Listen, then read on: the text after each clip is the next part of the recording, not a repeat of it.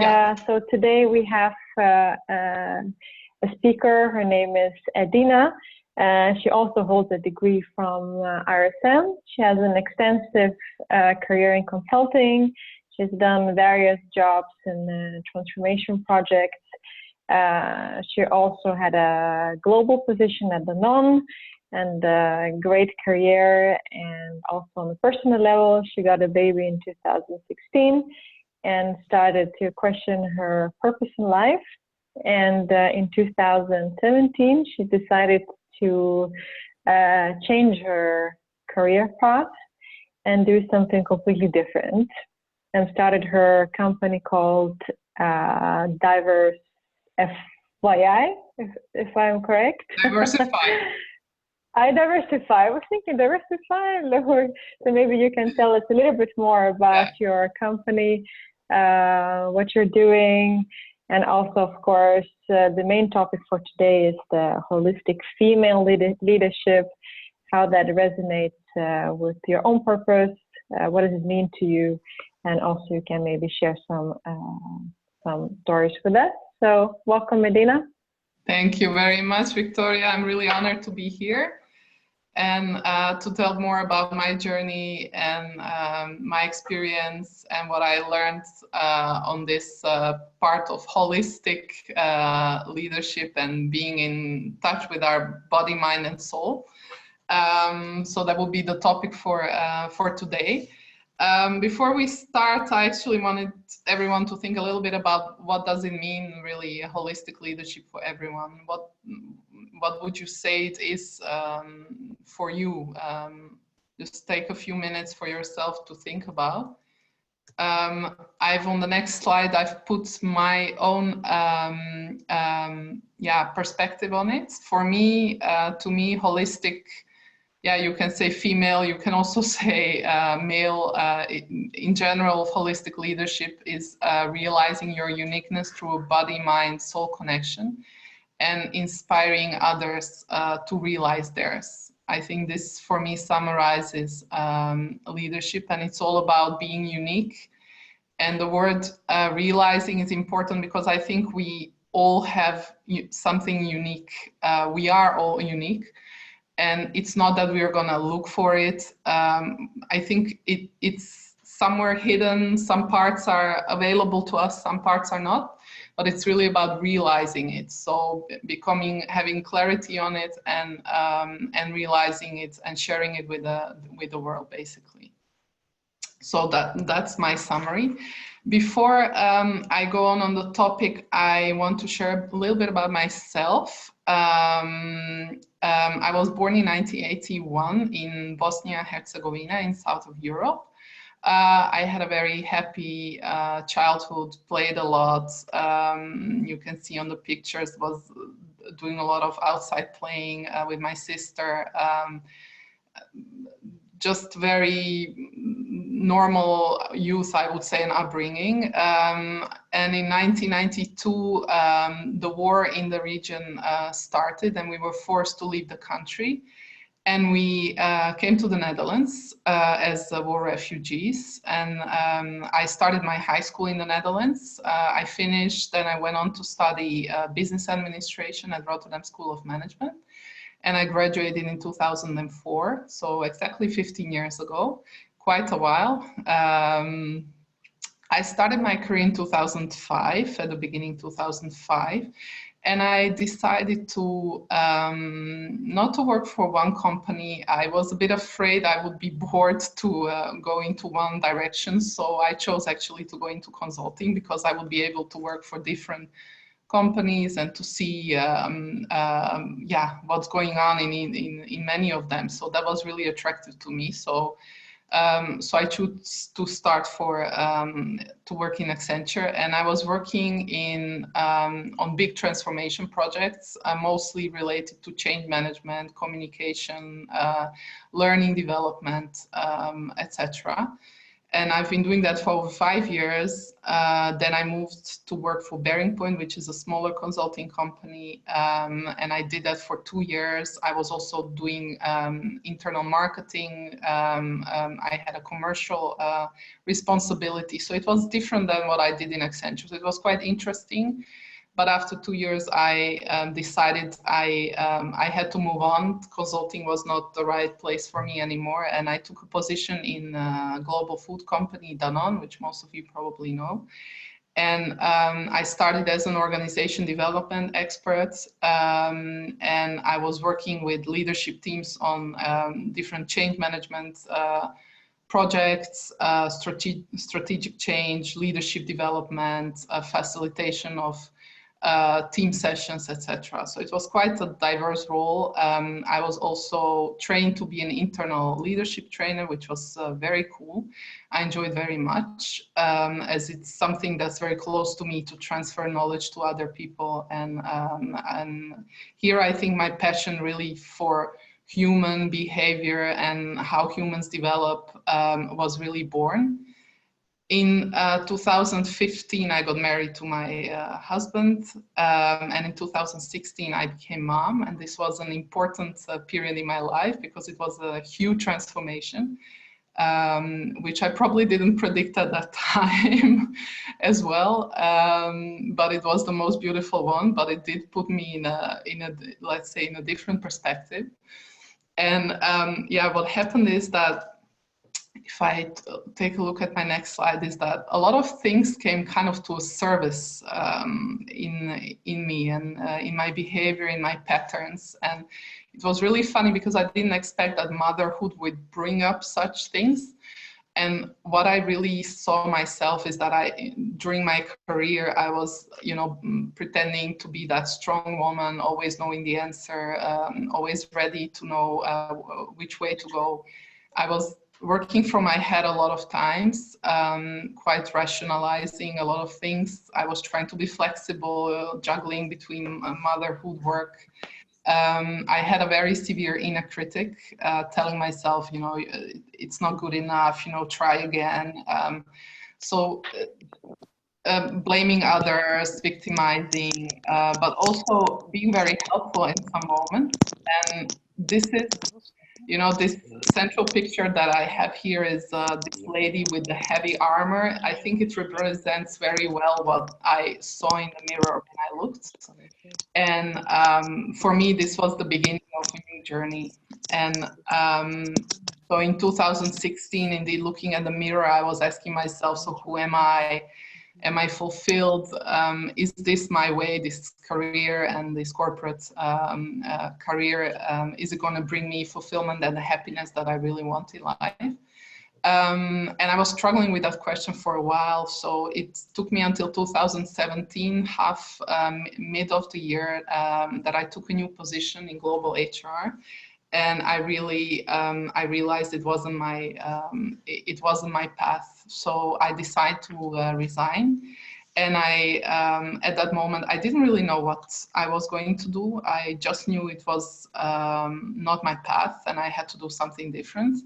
I always wanted to start my own business. So that was my only kind of way forward. And I didn't know what exactly, but I went to the Chamber of Commerce, you can see on that picture. And I had a name in my head, which was Diversify, because diversity is one of my core values. And I like the name because FYI says, we use it a lot at corporate language. It says for your information. So for me, it was kind of a playing of different words. And it meant empowering diversity in essence.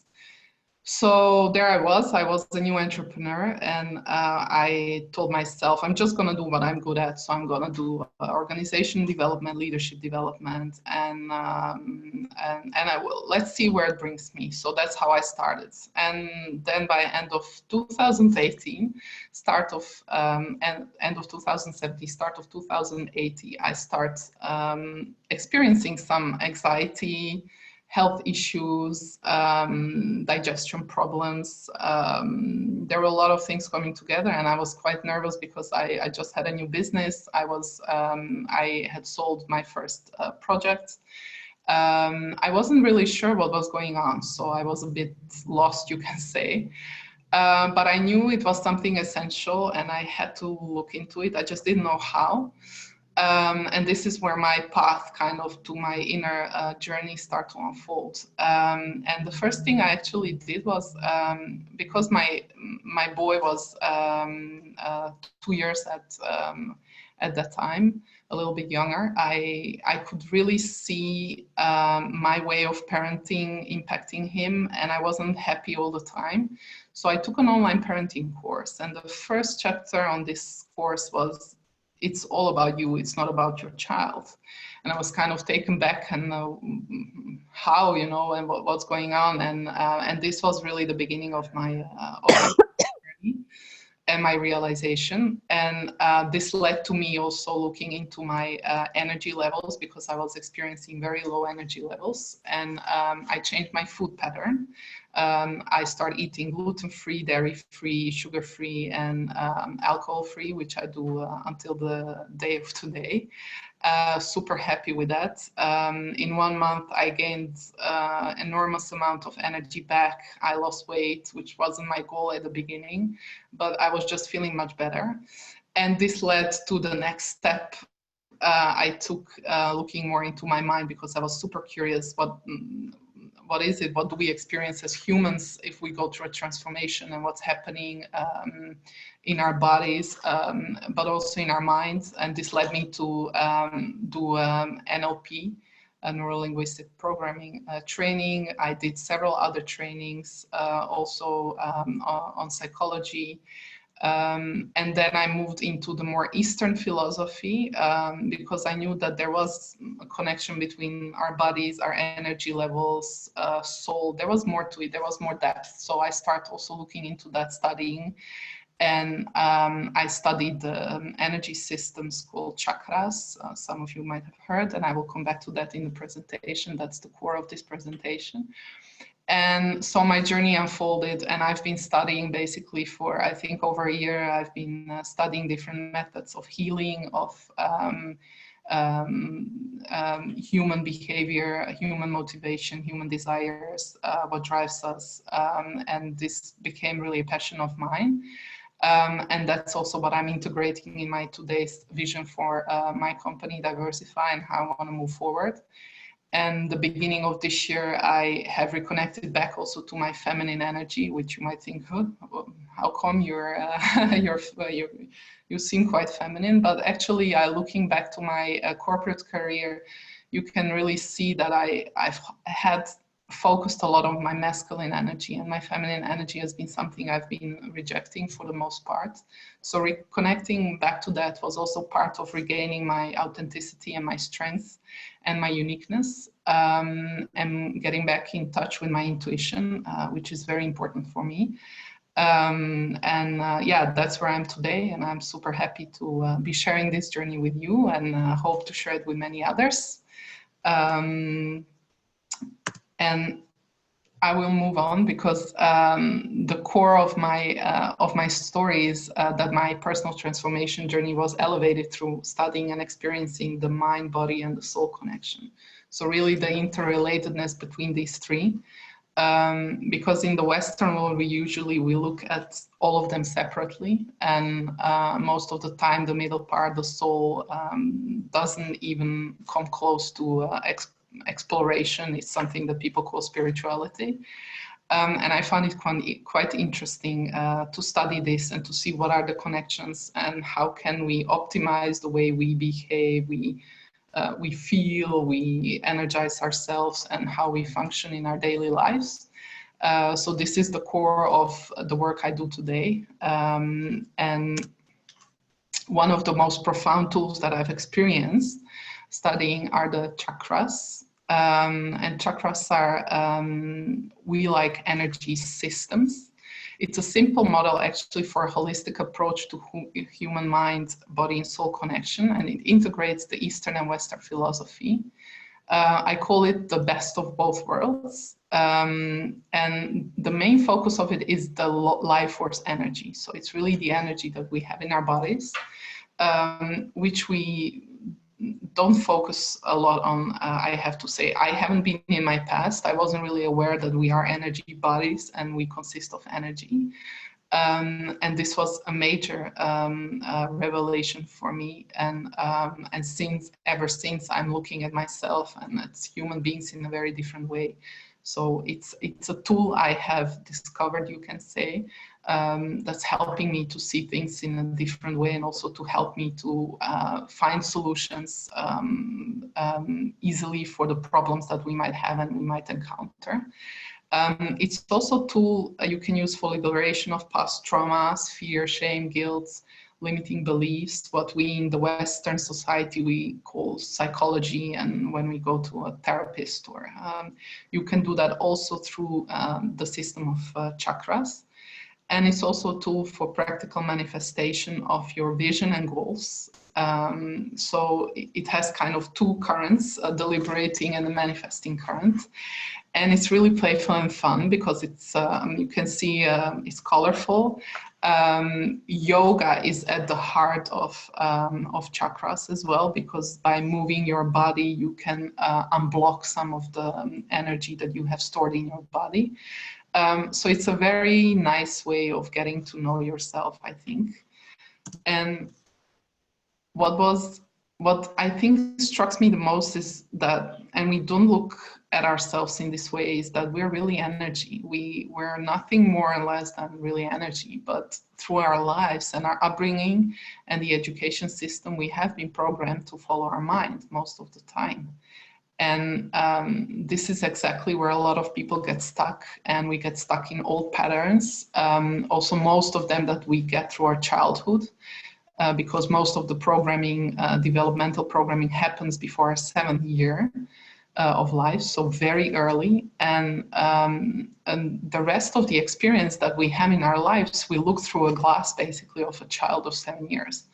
So this is quite striking, I think. And once you start realizing that a lot of these behaviors that we have are an armor, a survival mechanism that we have formed based on what we have seen or experienced in our childhood. And because the experiences were too severe or painful, we have suppressed them and we have found new behaviors. And this is called the survival behavior that we have put in place to allow ourselves to live, basically. And this is the slide that I showed you before on the armor. And that's quite interesting. So it gives you a lot of perspective. And so the question you probably have is, so what are these chakras? So chakras are really like organizational centers for the reception, assimilation, and storage and transmission of the life force energy. And life force energy is, in Chinese you say qi, in Indian you say prana, so you use different names. In English it's the life force energy, is the energy that runs through every living being, so not just human beings, but also plants and trees. And we get it through Mother Earth. So and you have 7 chakras in your body, and we start at the bottom, which is the root chakra, and this is the chakra that's placed on the bottom of on the base of the spine. And this chakra has the purpose of survival. It's really the foundation, and it's the one that's closest to the earth, so the physical plane. And regulates everything around your survival and your foundation mechanism. Then you have your 2nd chakra. It's called the sacral chakra, and it's located on the lower abdomen. And the purpose of it is all around pleasure and feelings. So allowing yourself to feel, to have pleasure in life and things, and joy. So it's all about emotions and connection. Then when you go up and you get to the belly button area, there you have the solar plexus chakra. And this chakra regulates our will and our power. We call it also the identity of our ego. And we all know sometimes when we say someone has a big ego, it means most of the cases means that there is an overcharge of energy in this chakra. Then when you move up, there is the heart chakra. It's placed at the chest area, so close to the physical heart actually. And this chakra is all about love and balance. And this chakra is really unique because it integrates the lower chakras and the upper chakras. So it's kind of an integration system. And when you get to the throat, there is fifth chakra, and this is all about communication and expressing yourself and creativity. The sixth chakra, which is placed in between your eyebrows, it's called the third eye chakra. This one is, the purpose is really intuition. So that little voice inside yourself, you know, looking beyond the five senses, seeing more than you would normally do. You know, sometimes we just feel things, and well, that's probably because your sixth chakra is open at that stage. And your seventh crown chakra is, the purpose is really understanding. So this is more connecting to, yeah, some people say to the heaven plane, to the universe, to the a universal intelligence that we have all around us. So when you look at all those chakras, they give you a system, a very simple system of understanding how energy in our body flows. And with life energy, the whole essence is that life energy needs to flow through your body. But in most of us, we have blockages. So in 1, 2, 3 chakras, depending. And when I started my journey, and also on chakras, I think I had blockages on most of them. All of the lower ones, the fifth chakra, sixth chakra was opening. So it's quite normal, I think, coming from an environment where you've been hardworking, you haven't been really open to these type of things, that you experience, that you might experience a lot of blockages. Either you can have deficiencies, or you can have an overcharge in some of them. And there's different ways how you can bring that in balance. And even when you close your eyes, sometimes when you're really alone and you're not disturbed, sometimes you can really feel those energy wheels even spinning. So when you're really at rest, there is a way you can feel them. So sometimes you feel them spinning, and oh yeah, the energy is flowing. Some people say I can't feel it. So it's really depending, and it's different. But I think it's a very fun way to look at our body and to understand really how it works and how it helps us to optimize our daily life and way we look at things, and how we stand in life in general. So what I wanted to do is just to give you an overview, because you're probably wondering, so what does it really mean? I wanted to give you an overview of, so for each chakra, how does it look like in terms of physical symptoms and in terms of emotional symptoms? What can I, how can I understand that? I have a table here. It's quite dense, so I'm not gonna go through all of them. I'm gonna just pick 3, just to show you how you can read it. So if you take the root chakra, which is the placed at the base of the spine, which is the one and the closest to the physical plane, you know, some of the physical symptoms are constipation, but also fatigue. I was experiencing a lot of fatigue, so this was one of my blocked chakras when I started doing the work. On the emotional symptoms, it's interesting. You can there's many ways you can find out if there is a blockage. So there is a disconnection from your body when you don't really feel grounded.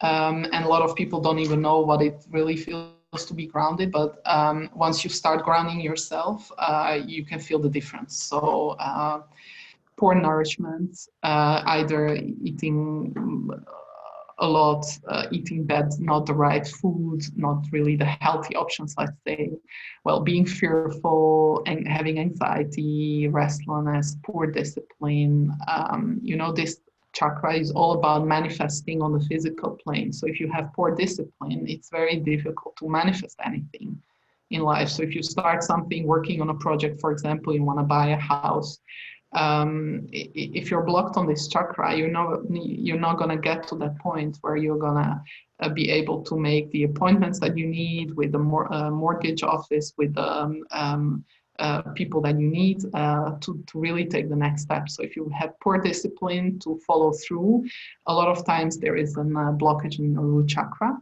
Family issues are also very common for this chakra.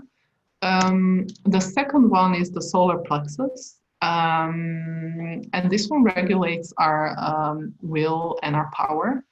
And when you talk about physical symptoms, you can think about, well, poor digestion, low blood sugar, diabetes, ulcers, gallbladder issues. Then on the emotional systems, there's low self-esteem, lack of willpower. So this gives you a little bit the idea. So it's the solar plexus chakra is the one that has the ego identity. So it's all about the ego and following on your will and going through with things, making them happen, basically. So having the fire, it's the fire one. Then I will go through the fifth one, the throat chakra. So this one is all about communication, expression, and creativity. And thyroid problems, sore throat, neck pain, hearing issues are a lot of time signs of a blocked throat chakra. Then on the emotional side, you can't express feelings, you're disconnected, heart and mind wise. Verbal outbursts, judgments, these are all emotional symptoms for throat chakra. This gives you a little bit idea. There's a lot more I can share with you, but I think it's too much if this is a system that you're just trying to understand. But it's a very helpful one. When I started working with chakras, I did not have any knowledge of it. I was amazed by the amount of information and intelligence I was getting and insights on myself from working with chakras. And it helped me on so many levels. And I think it's really one of the best tools I've seen and could be helpful to anyone, I think, not just people working in corporate business owners. I think anyone who is really ambitious, who is working in an environment where there's fast pace, I think it's just one of those tools that can really help you to get to the next level, but really to keep you mentally and bodily so healthy. So if we go to the next slide, what I wanted to do is to just give you a few tips that you can use on a daily basis for each of the chakras, and you can implement very easily to experience, let's say, this. So there are simple things, there are many of them that you can do, but I picked just a few of them. So on the root chakra level, mindful eating is a very important one. So when you really become aware of how you eat, if you're a fast eater, do you take time for your lunch, for your dinner? And what's important really is the food that you take in, that you really become aware of the nurturing aspect of it. And just looking at the food, realizing what it is and what it does to your body. And the beautiful thing about chakras is that as you can see, that each chakra represents a different color. So for the root chakra, the first one is red. A lot of red fruits, really the energy of the red fruit and red vegetables, they will help you to boost this energy. So it's very easy. You can relate it really to the color of the chakra, and the color of the food. So root beets, but also all earthy things coming from the earth, they really help this energy. On the second, the sacral chakra, what's important, this one is all about emotions. And what I learned a lot is, and it's been really my reality, is that when you feel an emotion, I used to really repress my emotions because that was just not something I learned to do. And I really had to learn when I get an emotion, a feeling, sensation in my body, because an emotion really feels like there is something in your body. It feels different. And, you know, when you really explore it, it's an emotion. So your body is really trying to tell you something. And what's interesting is don't suppress it, stay with it, because emotions, they arrive, but they also go. So when you stay with them, you feel it through your body, it will go away. So you don't have to repress it. And I think most of us have learned to repress it because in our childhood, it wasn't appreciated, or it wasn't something that would allow us to get recognition, or for many other reasons. Just play with it. See when you feel a conflict, or you're in a conversation with someone, it doesn't feel good, you know, where doesn't it feel good? Where in your body is it located? You know, try just to be with it. For the third chakra, the solar plexus, important one is one is all about power and will. Is a lot of times, you know, we say, I must go to work, I must do this, I must do that. It's really important to replace the must by I choose, because when you work from a place of choice, you really work from a place of heart. And in basic, we all have a choice with everything. There is nothing that we do that we don't have a choice. So even going to work, we can say every time, you know, I choose to go to work today. Because when we keep continuing saying I must do this, I must go to work, I must make this presentation today, you know, it feels very heavy. And it really blocks this energy flow in our bodies. So it's a simple way to do it. It's not an easy one, I know from experience. Then if we move to the heart chakra is all about the element air, and breath is extremely important. And I think what in Western culture, what little people know and what we never learned in school is that breath is so important for us for a main reason that it detoxifies us. So when we breathe and we breathe out, we take 70% of toxins out of our body, 70%, 70. Nobody really knows this. So breath and breathing properly, so from your stomach area, not from your lungs, so that you take the full capacity of your breathing, it's extremely important. And there is a simple rule, 5 seconds in, 5 seconds out, so 10 seconds of breathing. If you do that 3 minutes per day, it's a small discipline, you will see already a big difference. Just try it out. For me, it has been really a lifesaver, breathing, and I do it every day. I try to do in the morning, in the afternoon, really be aware about my breathing. And I use an app, so it counts and it gives me a sound when the 5 seconds are over. So it's easy. I think there are a lot of apps. I use Calm. You can do that. If we move up on the fifth chakra, which is all about expressing ourselves, is all about expression and singing, writing, painting, sculpturing, you know, any type of expression that's not really thinking with our mind, I would say, is really helpful for this chakra. On the higher chakras, so the third eye chakra, your intuition is extremely important and it guides us all the time, and a lot of time we ignore it. So I would just challenge you to listen to that little voice and pay attention and just allow your intuition and see what happens. Just try it out. It's also a fun thing to do, I think. And on the last crown chakra, which is located on the top of our head, I would say give your mind a piece of rest. And by this, I mean, you know, we are full of thoughts all the time. I'm no different than you. I think we all have it. What's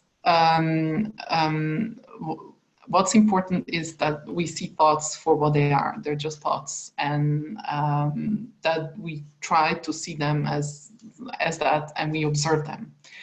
And the more you do that, you will see that, yeah, it's thoughts. They come and go, but they're not there. They don't define us. And I think that's a really important aspect. So then you gain more room in your head also to work on other things and to calm yourself down. Because when you're thinking all the time, that's a very difficult job to do. So these are just small tips you can try, see, maybe you do one or two, check it out, see what works for you. I think it will boost your holistic leadership in one way or the other. I put a quote on the slide saying that, the small things we do every day, they create a big change. So you think maybe these are little things, but it's actually the little things that will make the biggest impact in your daily life. That's also been my experience. So I think I said what I wanted. It's already 45 minutes, so we are exactly, I think, in time, because I heard that we would be allowed for 15 minutes of questions. I would be really happy to get any questions that you have. You can also contact me. I have my phone number, my email, my website is in progress. It will be launched end of this month. You can contact me by LinkedIn. If you're interested on the topic, if you want to talk more, please do that. If you're interested on what my company is doing, just a small slides. So Diversified delivers solutions for individual leaders, but also for teams and organizations. And the individual leaders, solutions, it's really about coaching. So the holistic coaching, taking the body, mind, and soul into the coaching practice. I will also be organizing a bootcamp on holistic leadership for leaders, not just for females, also for men. So it's a mixed one, diverse one. I will release that end of the year. It will be a 3-day bootcamp. And this is a very practical bootcamp where you will really learn the tools and you will apply them instantly. And chakras will be at the base of that. And for teams and organizations, I do different things. I develop leadership growth programs. It's something I will start doing as of next year. I also have a holistic manager journey. So for managers in the company who have teams, people reporting to them, there is a program that I will develop. And many team building, development, solutions for teams that are new or existing or changing, etc., etc. So this is the kind of a summary of what I do. I'm at this stage still alone in the company. I intend to grow in the coming years, so there will be more coming. And I want to thank you. Thank you for your attention and listening to me. I feel very honored to be here. I'm ending with a quote. For real change, we need feminine energy, the management of the world. We need a critical number of women in positions of power, and we need to nurture the feminine energy in men. I really like this quote of Isabel Allende. I'm not a big fan personally of separating the male, the female leadership. I see that happening a lot. I'm more into unifying, and I think we are stronger together. And feminine, masculine energy doesn't mean you're female or you're male, because we're born with both energies in us. And it's through life that we get to find out what's our kind of unique combination of these energies. And I did that for myself. And in essence, we need both. So I cannot only be in my feminine energy, because I also need masculine energy to be able to really manifest things, to be in focus and to deliver. The same goes for men. Without compassion, there is no authentic relationship, etc. So it's a beautiful quote, and I really invite all men and women to inspire each other on this topic, and not to create more separation, but really more unity. So I think I end with that, and let me know if you have questions. Thank you, Edina. This was a really, really good presentation. Thank you. I actually do have a question about this feminine and masculine energy. You mentioned that a couple of times. Could you maybe explain a little bit in detail? So what is the difference between feminine and masculine energy? I think I know sort of what it is, but maybe you can just walk through a little bit what it actually means. Yeah, definitely. So I think I first start to explain that. So when a baby is born, basically it's born with an equal amount of feminine and masculine energy. What we have done in our society is that we have genderized everything. So when we say feminine, we mean female. When we say masculine, we mean a male. But the word is not really that. So it's not about the gender. It's just two different types of energy. But it doesn't mean if you have feminine energy that you're a female. You have men that are that have more feminine energy than they have masculine energy. It's possible, and it's fine. There is no judgment on that. It's really about finding out what the right balance is for you and where you are at your best, let's say. And when we talk about feminine energy, we talk about intuition. That's a big one. So feminine energy is all about intuition. It's about creativity, flow, so being in the flow. It's about emotions, sensitivity, love, compassion. So this is feminine energy. And when you go to masculine, it's more about having a purpose, being focused, being determined, having logic, direction, clarity, courage, discipline. So you see, so when I say a feminine energy without masculine energy is not gonna get you where you wanna be, it's really true. It's like the yin yang. So you need both of them to be able to manifest something. So if you have a good idea and you want to bring more love into this world or compassion without having a purpose and direction and being focused, and that's male energy, or masculine energy, you're not gonna get there. So that, I don't know if it's clear, but this is how I explain it. So it's really about finding out what's your unique kind of balance of those both. And what you see a lot, and that's been also my journey, is that women, they go through a period when they reject their feminine energy because they come into an environment where there is a lot of recognition for masculine energy. And that's been the case for me when I was working in corporate.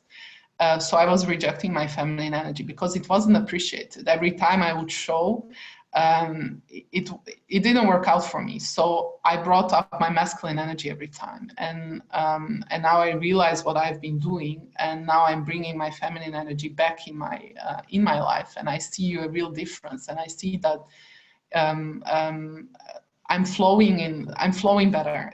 I'm in a better balance with myself, but I also like my masculine parts, let's say. So because without focus, purpose, I can't go on with my business and I can't deliver anything. So yeah, that's a little bit the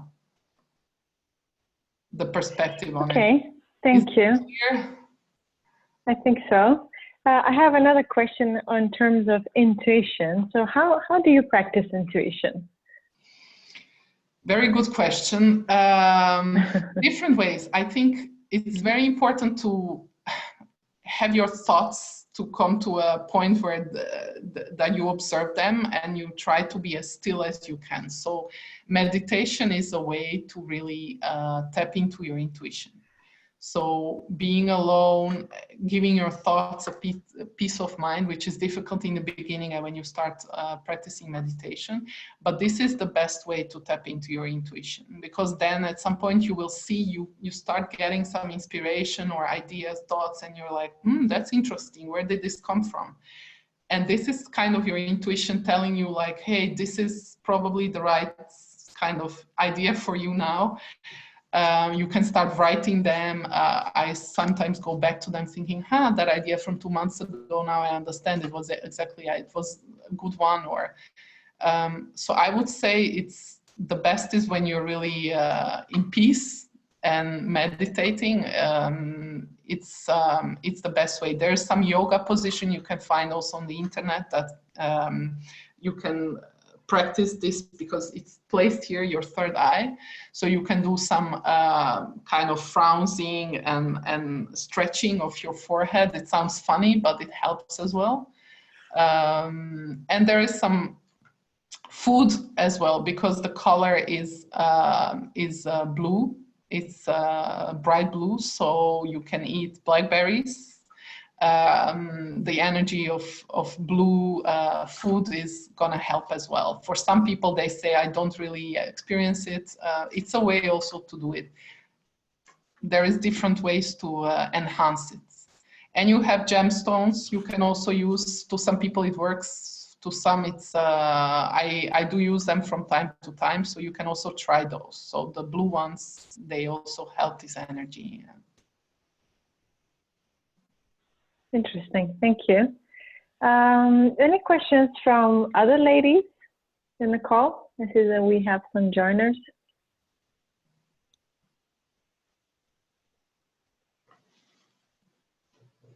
In the meantime, I'll ask you another question if that's okay with you.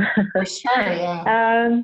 I was thinking, in a corporate world, how do you bring that holistic leadership in a perspective? I think that can be also very difficult to create that environment where holistic leadership is basically on the table. Yeah, it's a very good question. I think indeed today, in the way most companies run today, it's kind of going from a prehistoric world. Maybe it's too exaggerated, but in a way it is. I think in corporate world, we work with our minds. And I think there is more openness now to open up to the aspect of body and health, and also because there is, more talking about people going into burnout and have to recharge themselves. So there is also more emphasis on this part of body, healthy body. But the connection indeed as such is not really emphasized. I haven't seen a company that's working in this way. I think it will be coming. I think it starts at the top at first, at the top of the company, really realizing that there is so much untapped potential, because that's what it is. I think with this body, mind, soul connection, you can really tap into this blocked potential and that there is in people. So if you can tap into that as an organization, and that will be a beautiful thing. So you will have more potential collectively. You will be able to deliver more results in the end. I think the knowledge of it, and maybe also the vagueness around it, because today it's mostly practiced in more with individuals, yoga practitioner, people who are into spirituality. So the business world hasn't really been open to it yet.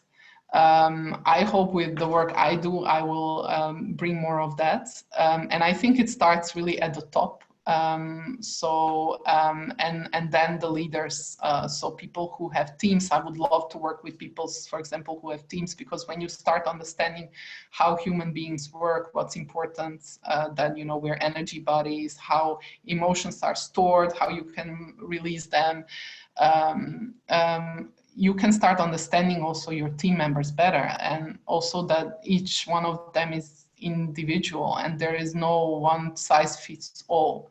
And this is something I think we are forgetting a little bit in the corporate world, because we tend to see everyone as one. We need to behave the same, which is also true because you have a group of people and you need also to find some unity and synchronicity. But in essence, people are just different, and they come from different upbringings, and they hold different patterns. But there is also a lot of same patterns. So by knowing a little bit how it works, I think we can help the leaders and managers in positions really to get the best out of their people. I think if I had this knowledge that I have today, I would have grown into someone very different at this stage, but I realized this was not my path as well. So, but I think we can bring a lot with this knowledge to the corporate business, yeah. Thank you. I was also thinking, you mentioned that by the age of 7, you are sort of developed, right? And then that impacts your entire life. Yeah. So how does those chakras can change it. So, because as far as I understood is that yes, you're formed, but if you practice meditation and yoga and everything that comes with it, you can also change a pattern. Is that a right way of interpreting how the chakras? Yeah, so there is different ways you can open a chakra. Indeed, there is through yoga, because through movement you can also open those blocked emotions that you have in your body. It can happen sometimes when people practice yoga that they start crying out of sudden and they don't know what happened. It's because there was an emotion that was stored in that piece of their body and it got out. But there's also more, I would say, phased approach to helping people go through this phase. So each chakra is connected to, for example, the root chakra is connected to your fear. The second chakra to shame. So there is certain emotions that we have built up in our youth and when we were children that are stored in the chakra. So each chakra is unique in that sense. So by diving into, so there is a piece really on working on the psychology. So understanding, okay, so what happened in this part of my life? So it's maybe more linked to the Western psychology, I would say. But then together with that, next to understanding, you have different methods. So from yoga, you can do, there is many methods that you can use to open up that chakra and to have your chakra start flowing. So many ways of healing and so it's a combination, I would say, of more Western therapy, psychology, and more Eastern medicine and spirituality. Interesting. Thank you. Any more questions from others? Oh, this is Gea. Hi. Hi, Gea. Hi, Gea. Hi. I had a question that just came up. Is there a particular kind of yoga that is more connected to the chakra idea than the others? Yes, it's the Kundalini yoga. Kundalini. Okay. Yeah. So Kundalini yoga is really focused on each of your chakras, and it will help you on each of them. So if you Google, you will see, you can find for each of the chakras. Also on internet, there is really a lot to find, positions and to open up your chakra. Yeah. Mm-hmm. Yes, I'm doing yin yoga amongst others, and that also is about energy flowing, usually through organs and the meridians. Yeah. But I'll have a look at Kundalini. Yeah. And I think all yogas are, I think they're working all towards the same purpose in essence, to increase your life energy and to have it flow through your body. And yin yoga, I think it's a more, it's not a heavy one, right? It's more relaxed and... It depends. Some of the postures, when you hold them for 5 or 8 minutes, are quite intense. Can be, yeah. But you were also talking about,